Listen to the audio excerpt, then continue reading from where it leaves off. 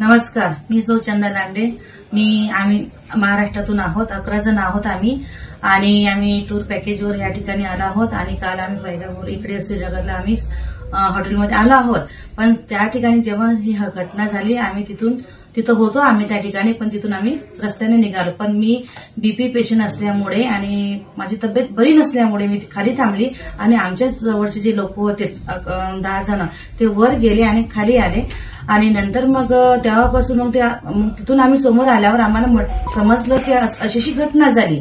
तर तेव्हापासून माझी तब्येत खूप खराब झालेली आहे आणि रातभर मला झोप नाही, काही नाही।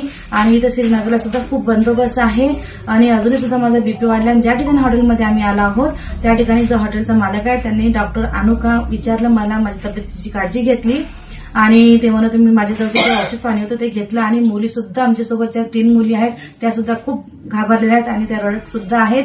तर आम्हाला आमच्या अमरावतीतून आम्हाला जे खासदार जे आमदार आहेत त्यांनी आम्हाला सुरक्षा प्रदान करावं अशी माझी विनंती आहे की आम्हाला इथून आम्हाला सुरक्षा द्या, आम्हाला इथून लवकरात लवकर काढण्यात यावं अशी आम्ही त्यांना विनंती करत आहे। कारण की रस्ता बंद आहे, रस्ता बंद असल्यामुळे आम्ही जाऊ शकत नाही।